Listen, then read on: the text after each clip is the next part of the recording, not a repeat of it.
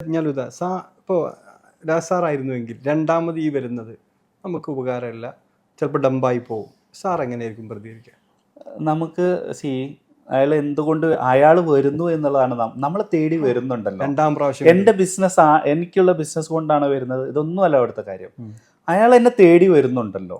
അതെ, ഒരു പ്രശ്നം വന്നപ്പോൾ എന്നെ ഓർത്തല്ലോ. അതാണ് അവിടുത്തെ ബ്രാൻഡിങ് എന്ന് പറയുന്നത്. ആദ്യം നമ്മൾ സംസാരിക്കേണ്ടത് ആ പ്രൊഡക്റ്റിനെ കുറിച്ചല്ല.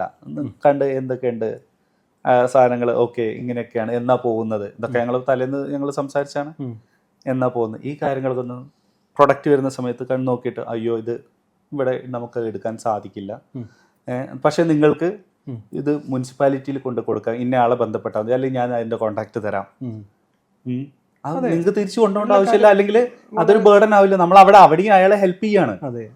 ഈ രീതിയിൽ നമ്മൾ എൻ്റെ അടുത്ത് ഒരുപാട് ആളുകൾ, എന്നെ അഫോർഡ് ചെയ്യാൻ പറ്റാത്ത ആളുകൾ എൻ്റെ അടുത്ത് വന്നിട്ട് ഞാൻ അവരെ റൂട്ട് ചെയ്തിട്ടുണ്ട് പല ആളുകളോട് അഫോർഡ് ചെയ്യുന്ന ഭാഗത്തോട്ട്.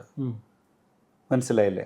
അത് നിവർത്തിയോടുകൊണ്ടാണ് എന്നുള്ളതിനെ പറഞ്ഞിട്ടാണ് പറയാലോ നിങ്ങളോട് ഇൻഫോർമേഷൻ കൊടുക്കാറുണ്ട്. ഈ പ്രൊഡക്റ്റ് ഞങ്ങളിവിടെ എടുക്കുന്നില്ല, ഒന്നുമില്ലല്ലോ, വളരെ ഈസി ആയിട്ട് ചിരിച്ചു കാര്യങ്ങൾ പറയുന്നതിന് നമുക്കത് ഇവിടെ സ്വീകരിച്ചാൽ ഞങ്ങൾക്ക് ഇന്ന പ്രയാസങ്ങൾ ഇവിടെ ഉണ്ട്. സാർ ഇന്നലെ കൊണ്ടുവന്ന സാധനം ഞങ്ങൾക്ക് ഇവിടെ ഉപയോഗിക്കാൻ പറ്റുന്നതായിരുന്നു, ഇന്ന് കൊണ്ടുവന്നത് ഈ ഇത്തരം സാധനങ്ങളല്ല ഞങ്ങളിവിടെ സ്വീകരിക്കുന്നത്, നമ്മളെ പറഞ്ഞ് മനസ്സിലാക്കും. അപ്പൊ നമ്മൾ നാളെ അതുമായിട്ട് ചെല്ലില്ല. അവിടെയും വെറുതെ ചിരിച്ച് ഇനി ബുദ്ധിമുട്ടിയിട്ടും ആ സാധനം വാങ്ങി വെക്കുന്നിടത്തല്ല കാര്യം. ഇതാണ് കൾച്ചർ എന്ന് പറഞ്ഞത്. അവിടെ അദ്ദേഹത്തെ കസ്റ്റമറിനെ ബുദ്ധിമുട്ടിക്കാൻ പാടില്ല, കസ്റ്റമറിനെ തെറ്റിക്കാൻ പാടില്ല, എല്ലാം ബിസിനസ്സിലേക്ക് വാങ്ങി വെക്കും.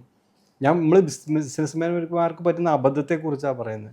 അത് എല്ലാം കസ്റ്റമർ എന്ത് കൊണ്ടുവന്നാലും വാങ്ങി വെക്കുക എന്നുള്ളതല്ല, കസ്റ്റമറിനോട് നന്നായിട്ട് നോ പറയാനും നമ്മൾ പഠിക്കണം. നന്നായിട്ട് നോ പറയാം, നല്ല രീതിയിൽ. യെസ് എന്ന് പറയുന്ന പോലെ തന്നെ നോയും അതേ രീതിയിൽ പറയാൻ പറ്റും. ഈ ഒരു മനുഷ്യന് അങ്ങനെ പറയാമായിരുന്നു. കാരണം ആ പഴയ അതേ ഇംപ്രസ് തന്നെ ഇപ്പോഴും കിട്ടും. അദ്ദേഹത്തിന്റെ ബിസിനസിന്റെ കാര്യങ്ങൾ എന്നോട് പറഞ്ഞു വളരെ എളുപ്പത്തിൽ. പക്ഷെ എന്താ വെച്ചാൽ അവിടെ ആ എഡ്യൂക്കേഷൻ എല്ലാം കൺവെൻഷണൽ രീതിയിൽ പോകുന്നതുകൊണ്ടായിരിക്കാം.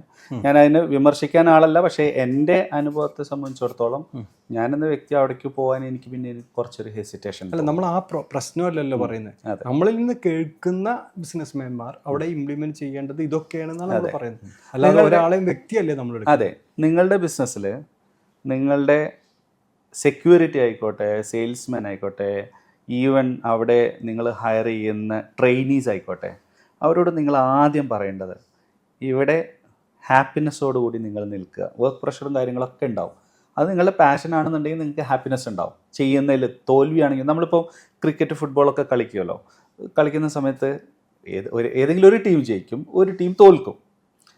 ആ സാഹചര്യം വരുന്ന സമയത്തും നമ്മൾ ആ കളിക്കുന്ന സമയത്ത് എൻ്റർടൈനോട് കൂടിയാണ് കളിക്കുന്നത്, അല്ലേ? എത്ര സന്തോഷത്തോടു കൂടിയ വീട്ടിലെ മറ്റുള്ള പ്രശ്നങ്ങളും എല്ലാം മറന്നുകൊണ്ടാണ് നമ്മളത് കളിക്കുന്നത്. ആ സ്പിരിറ്റ്, സ്പോർട്സ്മാൻ സ്പിരിറ്റ് നമ്മളുടെ ബിസിനസ്സിൻ്റെ ഉള്ളിൽ നിങ്ങളുടെ എംപ്ലോയീസിനെ കൊണ്ടുവരാൻ കഴിഞ്ഞാൽ അത് കാണുന്ന കാണികൾ, നമ്മളുടെ കസ്റ്റമേഴ്സ്, അവർ ഹാപ്പിനെസ്സോടു കൂടി പോകും. അതെ, ഞാൻ എൻ്റെ ഷോപ്പിനകത്ത് നമ്മളിപ്പോൾ സ്മൈൽ ടാക്സ് എന്നാണ് നമ്മൾ പറയുന്നത്, ഷോപ്പിനകത്ത് സ്മൈൽ ഡ്യൂഡ് എന്നാണ് പറയുന്നത്. ഷോപ്പിനകത്ത് വരുന്നവരും നിങ്ങളും ടീമിനകത്തുള്ളവരും വരുന്നവരും സ്മൈൽ പ്രചരിപ്പിക്കുന്ന ആളുകളാണ്. അതിനകത്ത് സ്മൈലായിരിക്കണം. സ്മൈൽ എന്ന് പറഞ്ഞാൽ ശരിക്കും കാംനെസ് എന്നാണ്. സ്മൈൽ എന്ന് പറഞ്ഞാൽ ഭയങ്കരമായ പൊട്ടിച്ചിരിയല്ല രാജ്, കരച്ചിലുമല്ല, അതിനൊരു മിതമായ ഇപ്പം നമുക്ക് വിശക്കുക എന്ന് പറഞ്ഞതൊരു പ്രശ്നമാണല്ലോ. നമുക്ക് വിശന്നാൽ നമുക്ക് പ്രശ്നമാണ്. അതേ പ്രശ്നം തന്നെയാണ് ഓവറായിട്ട് കഴിച്ചു നോക്കി.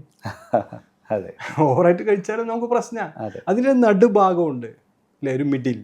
ഇതാണ് സ്മൈൽ, ഇതാണ് കാംനെസ്. സാറ് പറഞ്ഞില്ലേ, വരുന്ന പുതിയ ആളുകളോട് ചിരിക്കാൻ വേണ്ടി പറയണം.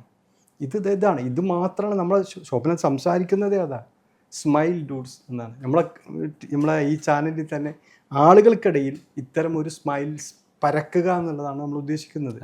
അതെ, ഈ സ്മൈലാണ് ഓരോ ബിസിനസ്മാനും നമുക്കറിയാം, എത്രയോ ഷോപ്പുകളിൽ നമ്മൾ പോയിട്ട് ആവശ്യമില്ലാതെങ്കിൽ പോലും എന്തെങ്കിലും ഒന്ന് വാങ്ങി പോന്നിട്ടുണ്ട്. ആവശ്യത്തിന് പോയിട്ട് അവരുടെ ആറ്റിറ്റ്യൂഡ് ശരിയാവാത്തത് കാരണം വാങ്ങാതെ പോകുന്ന അവസരവും നമുക്കുണ്ടായിട്ടുണ്ട്. ഇത് നമുക്ക് എന്ന് പറഞ്ഞാൽ എനിക്ക് മാത്രമല്ല, ഇത് കേൾക്കുന്ന എല്ലാവർക്കും ഉണ്ടാവാം.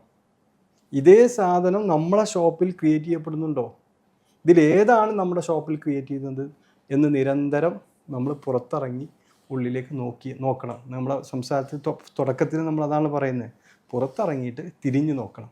ഇത് തന്നെയാണോ എൻ്റെ ഷോപ്പിനകത്ത് ക്രിയേറ്റ് ചെയ്യുന്നത്. ഇത് നിരന്തരം നോക്കിക്കൊണ്ടിരിക്കണം. അതെ.